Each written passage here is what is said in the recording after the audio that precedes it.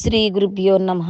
మద్గురుదేవులు చినరామచంద్రయార్లు వారి పాదపద్మములకు నమస్కరించుకుంటూ, శ్రీ సత్యానంద సత్యమయ్యార్లు వారికి నమస్కరించుకొని, శ్రీమద్భాగవత కృష్ణదేశకేంద్రుల వారు రచింపబడిన శక్తిద్వయ నిరాశకంబైన శుద్ధ నిర్గుణ తత్వ కందార్థ ధరువుల నుండి 6వ అధ్యాయము ఎరుకను విడిపించుట, 17వ కందార్థము క్రమసంఖ్య 100వ కందార్థం. ఎరుక తనకు దా విడిపోదెరుకను విడిపించలేరు ఎవ్వరు దాత్రిన్. గురుడొకడు తప్ప గురునకు పరిచర్యయొనర్చి బోధ పద్ధతి వినినన్. తిరిగి రాని పద్ధతి గనినన్. పరిపూర్ణ మెరుక ఏర్పరుచ నెరుక లేక హరిని స్వప్నము గన్న కరిమ్రగ్గినట్లయి పద్ధతి వినినన్. తిరిగి రాని పద్ధతి గనినన్. శ్రీ గురుభ్యో నమః.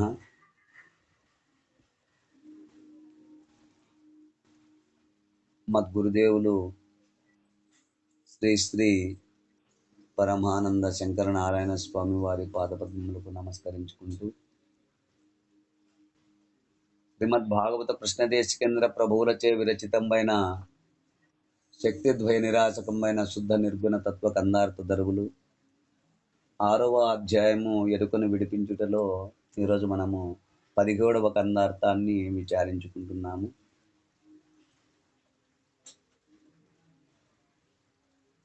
క్రిందటి కందార్థంలో సంకల్పము లేనిదే నిస్సంకల్పములను దోన దోచు చను తోచు చను సంకల్పము తప్పన. అంటే ఆ ఎరుక పరిపూర్ణములో లేనిదే తోచి గతించి తిరిగి జనించుట గతించుట అటువంటి ప్రక్రియ జరుగుచుండును. ఈ ఎరుక తడుక్కున పరిపూర్ణము ఉన్నదని గుర్తించినచో అందులో తాను లేనని తెలిసి లేకపోతున్నది. ఇక ఆ విధముగా ఎరుక లేకపోయిన తర్వాత పరిపూర్ణమున్నదని కానీ తాను లేనని కానీ ఎరుగుటకు ఎరుకే లేదు అంటూ మనము క్రిందటి కందార్థములో విచారించుకున్నాము. ఇక తదుపరి కందార్థములో 6వ అధ్యాయము ఎరుకను విడిపించుటలో 17వ కందార్థము అంటే క్రమసంఖ్య 100 పరిపూర్ణ బోధ. ఎరుక తనకుదా విడిపోదు ఎరుకను విడిపించలేరు ఎవ్వరు ధాత్రిన్. గురుడొకడు తప్ప గురునకు పరిచర్యయొనర్చి బోధ పద్ధతి వినినన్. తిరిగి రాని పద్ధతి గనినన్.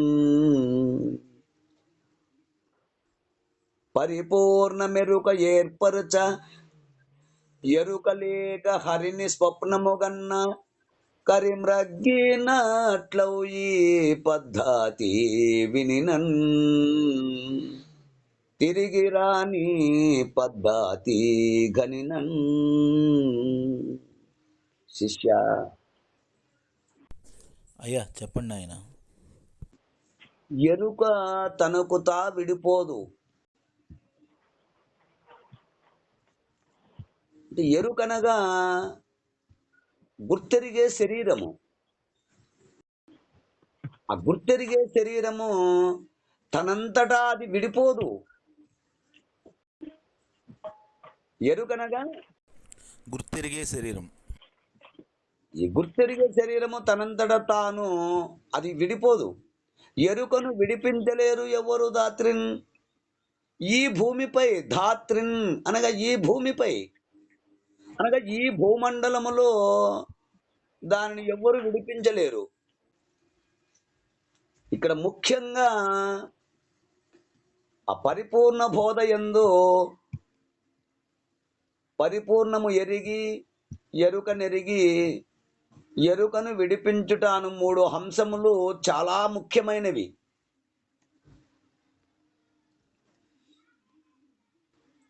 ఇక్కడ ముఖ్యంగా పరిపూర్ణ బోధ యందు అపరిపూర్ణమెరిగి ఎరుక నెరిగి ఎరుకను విడుచుట అను 3 అంశములు చాలా ముఖ్యమైనవిగా. కనుక గురుడొకడు తప్ప అపరిపూర్ణ బోధ యందు ఆరూఢపరచుకున్న సాంప్రదాయక గురువు తప్ప. అంటే గురువు అంటే చాలా మంది ఉన్నారు కదా. అష్టవిధ గురువులని మనం ఇంకా ఈ విధంగా తెలుపుతూ ఉంటాము. కాబట్టి ఇక్కడ ఏమన్నా అంటే గురుడు ఒకడు తప్ప. అంటే ఆ పరిపూర్ణ బోధ యందు ఆరూఢపరుచుకున్న సాంప్రదాయక గురువు తప్ప ఇతర గురువులు కాదు. ఆ సాంప్రదాయక గురువై ఉండాలి. ఆ సాంప్రదాయక గురువు గురుబోధల చేతను ఆ పరిపూర్ణ బోధ యందు ఆరూఢపరుచుకొని ఉన్నటువంటి వారై ఉండాలి. అంటే సాంప్రదాయక గురువు తప్ప, అంటే ఈ భూమిపై ఆ గురుమూర్తి ఒకడు తప్ప ఎవ్వరును ఈ ఎరుకను విడిపించలేరు. ఏ మార్గమును నమ్మినా భ్రాంతి విస్తారమే కానీ భ్రాంతి రహిత స్థితి కుదరదు. అందుకనే ఇక్కడ స్పష్టంగా చెప్పారు, గురుబోధల చేతను. అంటే ఆ గురుడు ఎట్లుండాలి అంటే వారి గురువు చేత పరిపూర్ణ బోధ యందు ఆరూఢపరుచుకున్నటువంటి సాంప్రదాయక గురువై ఉండాలి. అటువంటి గురువు తప్ప ఈ భూమి పైన గురుమూర్తి ఒకడు తప్ప మరి ఎవ్వరును ఎరుకను విడిపించలేరు.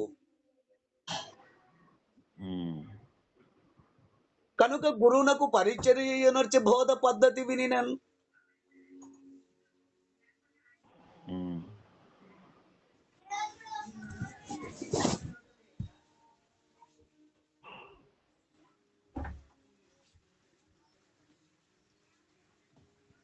కనుకనే గురునకు పరిచర్య ఎనర్చి బోధ పద్ధతి వినినన్. అంటే ఇక్కడ పరిచర్య అంటే ఏంటి? వివరించండి గురుదేవా. అంటే గురుమూర్తికి అస్థాన అంగ ఆత్మ భావ శుశ్రూషలు చేయుచు క్రమ పద్ధతిగా. అయ్యా, అంటే ఇక్కడ 4 శుశ్రూషణములు, చతుర్విధ శుశ్రూషణములు. అటువంటి గురుమూర్తికి అస్థాన అంగ ఆత్మ భావ శుశ్రూషలు చేయుచు క్రమ పద్ధతిగా ఆ పరిపూర్ణ బోధను ఆరూఢపరుచుకున్న వారికి తిరిగి రాని పద్ధతి కలిగిన, అంటే పునరావృత్తి రాని మార్గము. పునరావృత్తికి రాని అంటే ఏంటి? మళ్ళీ ఈ యొక్క జననం మరణం అనేటువంటి భ్రాంతిలో పుట్టకుండగా ఆ పునరావృత్తికి రాని మార్గం అనగా ఆ జనన మరణ భ్రాంతి రహిత విధానమును దృఢపరుచుకున్నటువంటి వారికి తిరిగి పుట్టినటువంటి మార్గము అదే జనన మరణ భ్రాంతి రహిత విధానము. అట్లు గురుమూర్తి ద్వారా ఎవరైతే స్థాన అంగ ఆత్మ భావ శుశ్రూషలు చక్కగా క్రమ పద్ధతిగా చేస్తూ ఆ గురుమూర్తి ద్వారా పరిపూర్ణ బోధను ఆరూఢపరుచుకున్నటువంటి వారికి ఈ తిరిగి రాని పద్ధతి తెలియబడుతుంది. అంటే పునరావృత్తికి రానటువంటి మార్గము జనన మరణ భ్రాంతి రహిత విధానమును దృఢపరుచుకున్నటువంటి వారికి పరిపూర్ణము ఎరుక ఏర్పరచ ఎరకలేక. అంటే ఆ పరిపూర్ణము ఎరుక ఏర్పరచు ఎరుకలేక అనగా గురుముఖత. ఆ గురుమూర్తి ముఖత కూర్చొని వస్తునిచ్చే పూర్వకముగా వస్తునిచ్చే జ్ఞానము ద్వారా ఎరుక పరిపూర్ణమును ఈ రెండింటిని వేరువేరుగా కేటాయించి తెలుసుకున్నటువంటి వారికి వేరువేరు విధముగా వేటిని ఎరుకను పరిపూర్ణమును ఈ రెండింటిని వేరువేరుగా ఆ విధంగా కేటాయించి తెలుసుకున్న మీదట ఈ రెంటిని గుర్తించిన గుర్తు అనగా ఎరుక లేకపోవును.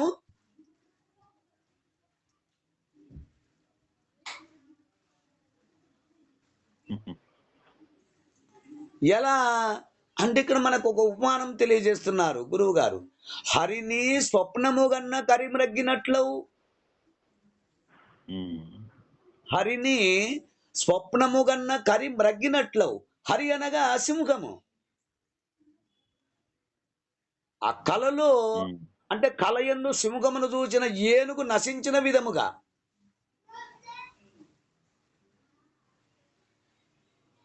అంటే ఏనుగు తన స్వప్న అనుభవములో ఆ సింహమును చూచి భయభ్రాంతి చెంది మరణించినట్లుగా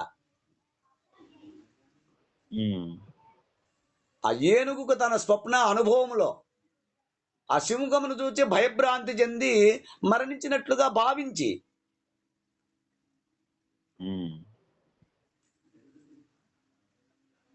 అట్టి గాఢమైన భావముచే మిగిలిన అవస్థల యందు జీవించియుండి కూడా క్రమక్రమముగా తనకు తానుగా నశించిపోతున్నది.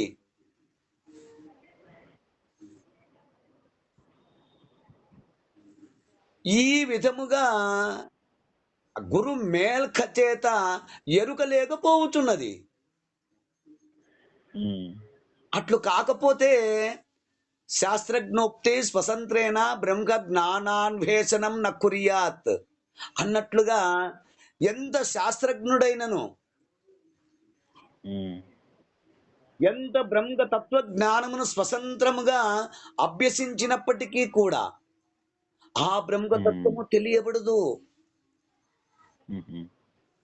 ఎంత గొప్ప శాస్త్రజ్ఞుడైనను ఎంత పండితుడైనను ఆ బ్రహ్మతత్వ జ్ఞానమును స్వతంత్రముగా అభ్యసించి అభ్యాసము చేత తెలుసుకున్నప్పటికీ కూడా బ్రహ్మతత్వము తెలియబడదు. ఆ సద్గురు ముఖముగా మాత్రమే అభ్యసించవలెను. ఒక శాస్త్రము చదవాలి అన్నా సద్గురు ముఖత కూర్చొని ఆ శాస్త్రమును చదివి అందులో ఉన్నటువంటి యొక్క రహస్యమును గూఢ భావములను తెలుసుకోవాలి. చదువుతాము, అందరము గ్రంథాలు చదువుతాం. చదువు వస్తే చాలు. చదువు రాని వారు ఎవరున్నారు? చదువు వచ్చినటువంటి వారు అందరూ గ్రంథములను చదువుతాము. కానీ ఆ గ్రంథములో ఉన్నటువంటి మెలకువలు తెలియాలి. మెలకువలు చదివితే కాదు. అందుకని ఇక్కడ సద్గురుముఖముగా మాత్రమే ఆ శాస్త్రములను కూడా అభ్యసించవలను. ఆ గురు కరుణచే మాత్రమే ఎరుక లేకుండా పోవును, మరొక విధముగా కాదు. ఎరుక లేదు, పరిపూర్ణముంది. ఎరుక పుట్టలేదు కదా, పరిపూర్ణమే కదా శాశ్వతమైనది. బయలో బయలో బయలో అన్నంత మాత్రమే బయలు కాకుండా పోదు.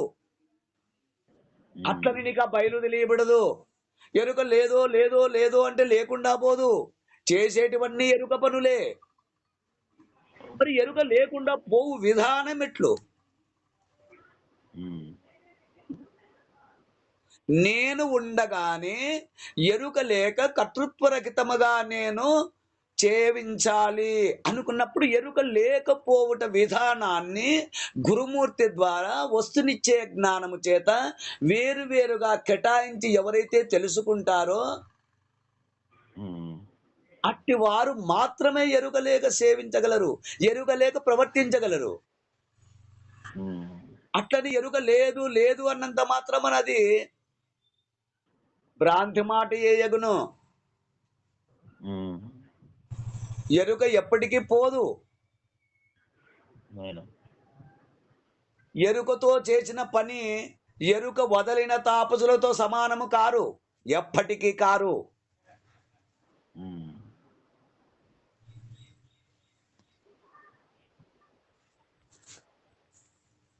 కరుణాఖడ్గ పాతేన చిత్వా పాశాష్టకం అన్నట్లుగా ముక్తిమూలం గృహ కృప అన్నట్లుగా ఆ మానస గురుమూర్తికి చక్కగా పరిచర్యలు చేసి, మానస గురుమూర్తి అనగా నీ ఎదుట ఉన్నటువంటి కారణ గురుమూర్తికి ముందు నీవు స్థాన అంగ ఆత్మ భావ శుశ్రూషలను చేసి వారు మనస్సును వారి హృదయమును గెలుచుకొని ఎరుక పరిపూర్ణములని ఈ రెండింటిని వేరువేరుగా కేటాయించి వస్తునిచ్చే జ్ఞానము ద్వారా విచారించాలంటే మానస గురుమూర్తికి ముందు నువ్వు పరిచర్యలు చేసి తనుమనదనములను ప్రసాదించి ఆ గురుమూర్తికి హృదయమును గెలుచుకొని ఆ గురుమూర్తి కృప నీకు కలిగేటట్లుగా ఆ గురుమూర్తికి నువ్వు సేవ చేసినప్పుడు ఆ గురుమూర్తి నిజ గురువు దర్శనము చేయిస్తాడు.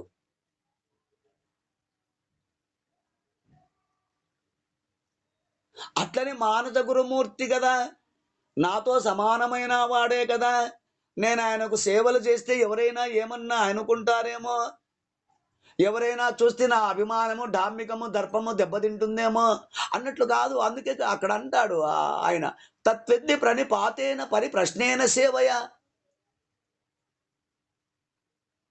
అది విద్ధి తెలుసుకోవటి ఎలాగా? తత్వవేత్తలంటే మహనీయులు ఊరికని తెలుపుతారా అంటే ఊరికే తెలుపరు. వారిని ప్రసన్నము చేసుకోవలే. అహంకారము డాంబికము దర్పము కక్కివేయవలే. అటువంటి మహనీయులకు చతుర్విధ శుశ్రూషలు చేసి వారి హృదయమును గెలుచుకొని హంతర్ముఖ గురునకు ప్రతిబింబ చైతన్యమును ఎరుకలేక సేవించుచు, అట్లు కారణ గురుమూర్తికి నీవు సేవ చేసినచో హంతర్ముఖ ప్రతిబింబమైనటువంటి చైతన్యమును అట్లు ఎరుకలేక సేవించుకుంటూ ఆ పరిపూర్ణమును భావించుచు కనినచో అంటే చూచినా ఎరుక సమూలముగా నశించిపోవును. ఏనుగు వద్దకు సింహము రావాల్సిన అవసరం లేదు.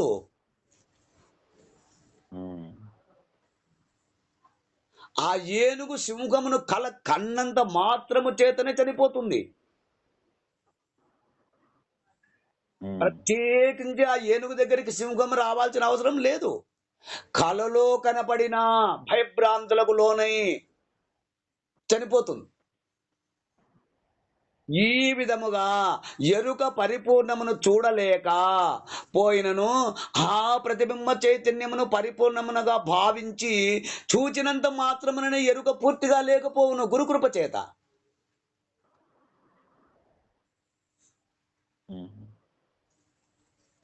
అట్లు కాకపోతే కాదు. గురుని శిక్షణ లేక గురు ఎట్లు కుదురురా, గురుని శిక్షణ లేక గురు ఎట్లు కుదురురా, అటునుకైన వాని అబ్బకైనా తాళపు చెవి లేక తలిపెట్లు ఊడురా, విశ్వధాభిరామ వినురవేమ. మనకు చక్కగా తెలియచేస్తున్నారు అంటూ మనకు ఈ కందార్థము ద్వారా వివరణను అందిస్తున్నారు. ఈ కందార్థ భావాన్ని మీరు కూడా అందుకుంటారని కోరుకుంటూ జై గురుదేవ. జై గురుదేవ. జై గురుదేవ.